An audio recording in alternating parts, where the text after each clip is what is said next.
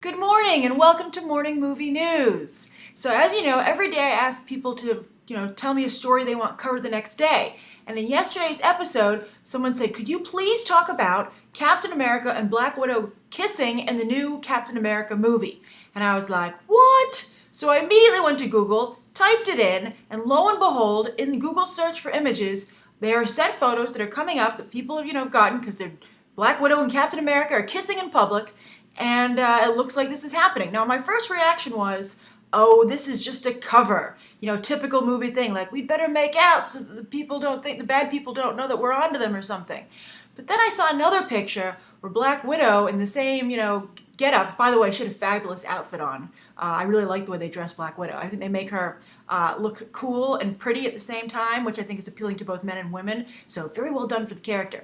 But anyway, in this one shot, she was like caressing Chris Evans' face, and I don't see why you would do that to try and throw off the bad guys. So, I don't know. I mean, maybe she's just, like, consoling him, or if anyone watches Mad Men, I guess she's pulling the Don Draper excuse, or that's what she'll tell Bucky.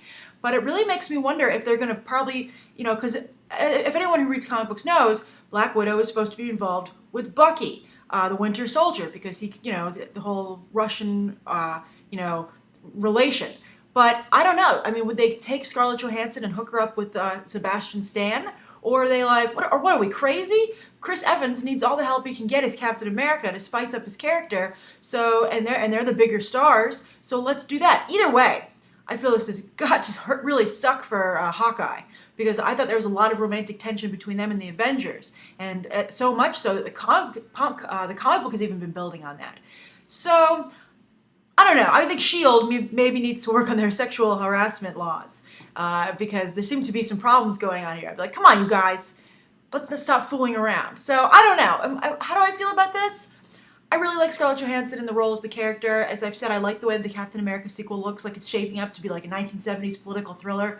Also, in the same set of photos, I don't know why Chris Evans has glasses on. They look like they're borrowing a page from Superman there with Clark Kent and Steve Rogers. Characters, by the way, who have very similar problems when it comes to kind of making them interesting to audiences. But anyway, what do you think? Do you want to see Black Widow and Captain America hook up? Do you think it's just a ruse? And do you feel bad for Bucky or Hawkeye? So that's the first story of the day. I think that's very interesting. The second story, I was really surprised to read it this morning. I was going on to check to see how Man of Steel did last night. The story has not been released yet, or the numbers haven't been released. There was another interesting story about next weekend. World War Z is offering a $50 VIP ticket. What do you get for $50? Well, you get to go see the movie a few days early on June 19th in 3D.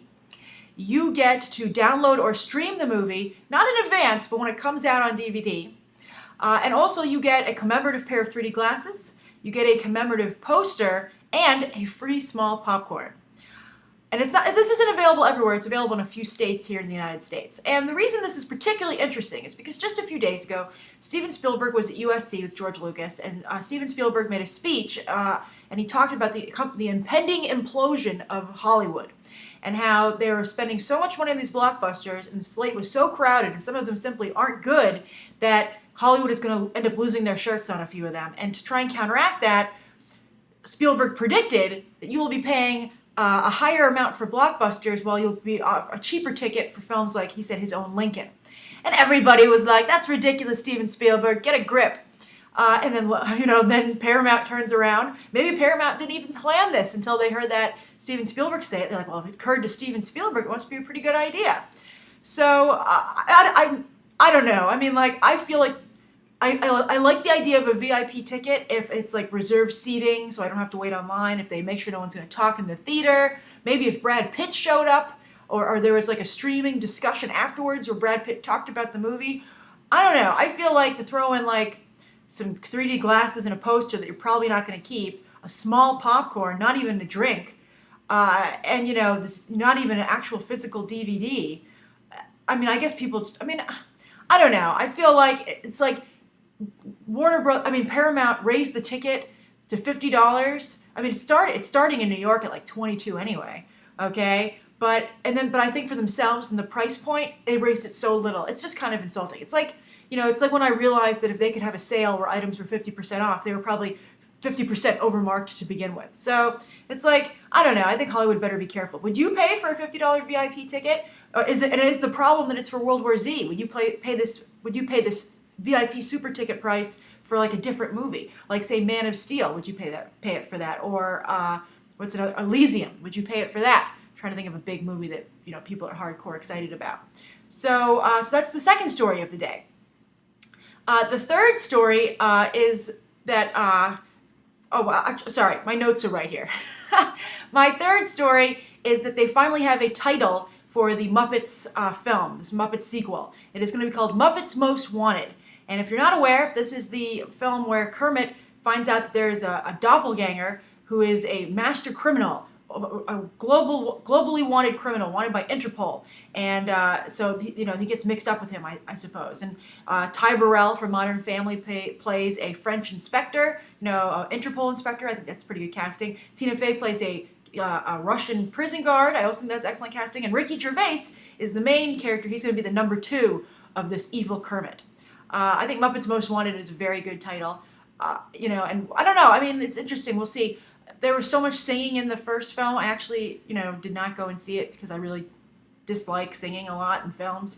I don't know. I like musicals, like older musicals, but for some reason, I think when it starts going into the territory of someone going like, "Aren't I a great singer?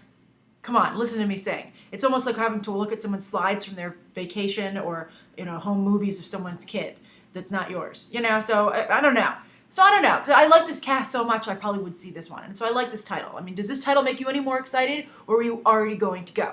All right, so as I was looking, I have a question from one of you. And I answered this question, and I'm going to answer it right now. And the question was, what do you think of Channing Tatum, Chris Evans, and Matthew McConaughey kind of having a resurgence in their careers later on, later in their careers? And someone else responded, and they were like, Channing Tatum isn't that old, and Chris Evans isn't that old, so what are you talking about? And I think what the person meant was that in terms of like, it's like dog years, it's like the years of their career. And yeah, I mean, these are talking about actors who established themselves and now kind of going into phase 2, or I would even say for McConaughey, phase 3 of their careers and doing quite well. And I think this is fascinating. I'm glad you brought this up, although I wouldn't include Chris Evans in this category quite yet. I think he has yet to prove himself. I think he was the weakest link in the Avengers. And I think that even though while he was very good in The Iceman, no one saw The Iceman. I mean, Chris Evans is yet, I think, to really establish himself as an actor. He's having nowhere near the success of Channing Tatum and Matthew McConaughey. But anyway, I love this because I feel it's like the revenge of the pretty boy. I think you have these actors who are typecast as like matinee idols. I think maybe Tom Hardy. I think Tom Hardy hasn't had the same degree of success as these other two yet. I know a lot of you were defending him yesterday. And I certainly didn't mean to say Tom Hardy wasn't a good actor. I just said he doesn't look like Elton John. But I think it's great to see these actors kind of rallying against this preconceived notion that they can only be in romantic comedies. And it's working. How encouraging is it that it's working? Audiences are loving it. And I think that's just fabulous. And I would hope maybe that someday female actresses would be able to maybe kind of rebel in the same way. I don't know if they'd be interested. I've had a long-standing problem where I feel that what hurts actresses in general is that they all fall victim to the need to be considered the hot one. I think that's, for instance, what happened to Anne Hathaway. I think Anne Hathaway was going along perfectly fine, doing very well, and for some reason she decided, you know what, it's not enough for me to be beloved by audiences and also get great roles in movies. I also want people to think I'm super hot. And I think audiences can read that. I'll never forget it. Back when Catwoman came out a long time ago, the Halle Berry version, there was a really great article in Time Magazine, I believe it was. It wasn't even an article. It was like a little box. And this film critic made a really good point. He said, Halle Berry is an Oscar-winning actress. What the hell is she doing in Catwoman, this really cheesy film, wearing practically no clothes? And he said it's, her desire to be seen as the hot one. And he said, that's a losing game because you know what's always hottest? New.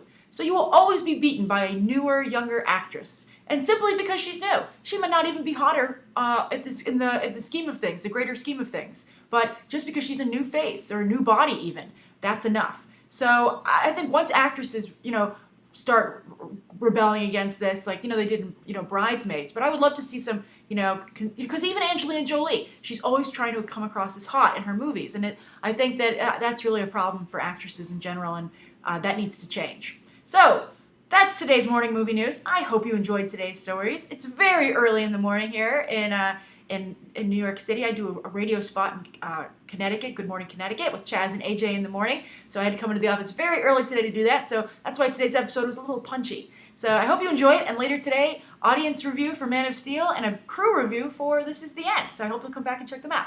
Bye.